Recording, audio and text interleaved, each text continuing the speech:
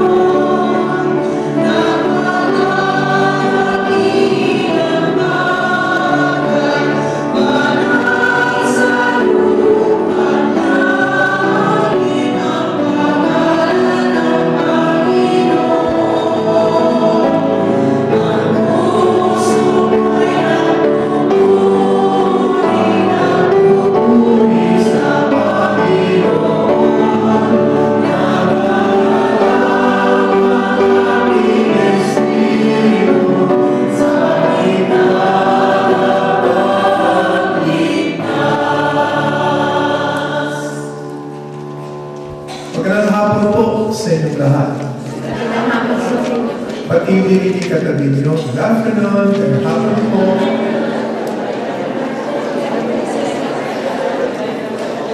Sa lahat ng mga Bisaya, Pit Senyor! Pit Senyor! Hindi natin mag-iwanan sa akin. Ibig sabihin, pinupuri natin ang Senyor Santo Niño.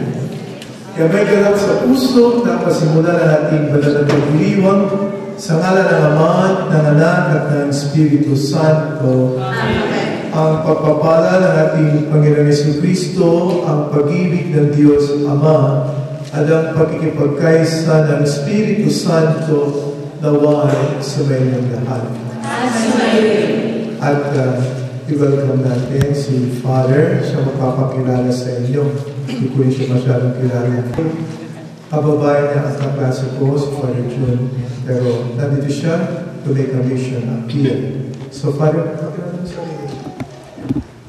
Magandang gabi po sa inyo lahat. Ako po ay si Father Epifanio Macaya. I am from the Diocese of Masbate. And I am here through the invitation of the Mission Cooperative Program of the Archdiocese of Washington to participate in the MCP program. So isang parokya na binigay sa Diocese of Masbate ay ang parokya ng St. Michael the Archangel.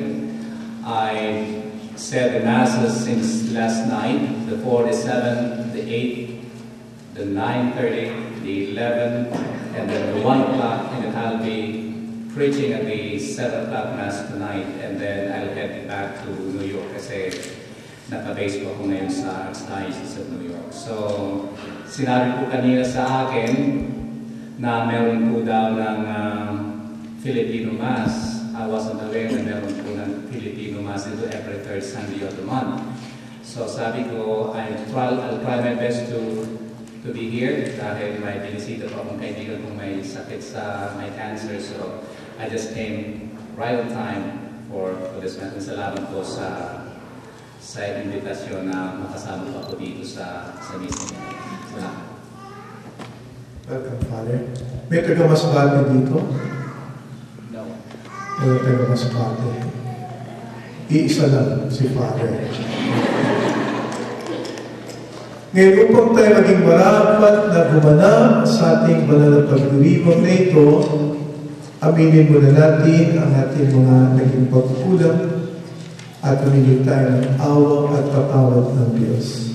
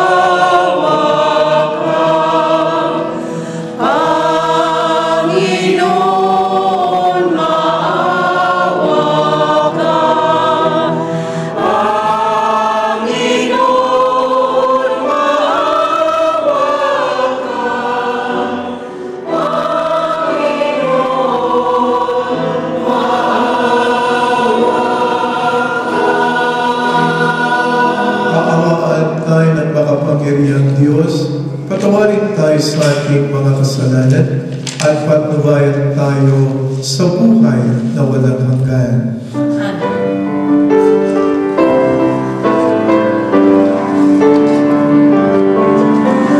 Papuri sa Diyos, papuri sa Diyos, papuri sa Diyos sa kaitaasan. At sa lupa'y kapayapaan, at sa lupa'y kapayapaan.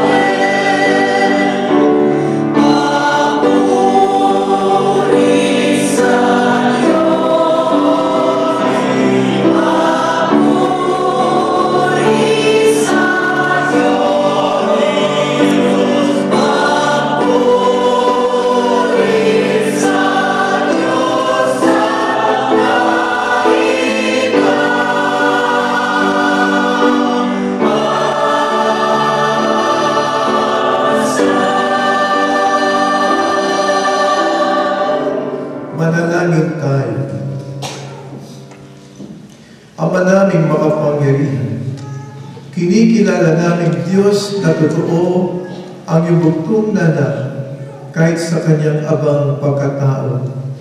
At sinasamba siyang makapangyarihang Panginoon sa kabila ng kanyang mahinang pagkabata. Makasunod nawa kami sa kanya ng taos puso. Loobin mong maalip kami sa kanyang kaharian. Taglay ang kababaang loob ng isang bata upang tanggapin ang gantimpalang ipinangako sa mga may mababang kalooban. Dinig namin ito sa pamagitan ni Jesucristo na nabubuhat na galing kaisa mo at ng Espiritu Santo magpasawalang hanggan. Amen. Magsiupo po tayo, pakinggan natin ang mga salita ng Diyos. Pagbasa sa sulat ng San Pablo, Apostol ng mga taga-Efesyo. Mga kapatid, purihin nawa ang Diyos at ang Ama ng Panginoon natin Jesucristo, na mula sa kalangitan ay nagkaloob sa atin ng lahat ng pagpapalang ang kaluluwa sa pamamagitan ni Kristo. Bago pa lalangin ang sanlibutan, hinirang na niya tayo sa pamamagitan ni Kristo upang maging banal at walang dumis sa kanyang paningin. Dahil lamang sa pag-ibig, kung kaya itinalaga niya na tayo ang tumingin sa mga anak sa pamamagitan ni Jesucristo ayon sa kasisiyahan ng kanyang kalooban at ikararangan ng kanyang kalinga na ipinagkaloob sa atin sa pamamagitan ng kanyang nililiyan na anak. Dahil dito, ako man, nang mabalitahan ko na ang inyong pagsampalataya sa Panginoong Jesucristo at ang inyong pagmamahal sa lahat ng mga banal ay walang tigil sa aking nagpasasalamat sa Diyos dahil sa inyo at pag-aalang-alang sa inyo sa aking mga kaminalaman. Harapin naman ng Diyos na ating Panginoong Jesucristo ang nalalaman naman na pagkarapuan kayo ng liwag ng karunungan at kaya upang lutusan ng makilala siya. Naway iwalay niya ang pagkamataan ng inyong isipan upang makilala kung ano ang labas ng ininuturo sa inyo at kung ano ang kayamanan ipinangako sa kagamanan ang salita ng Diyos. Salamat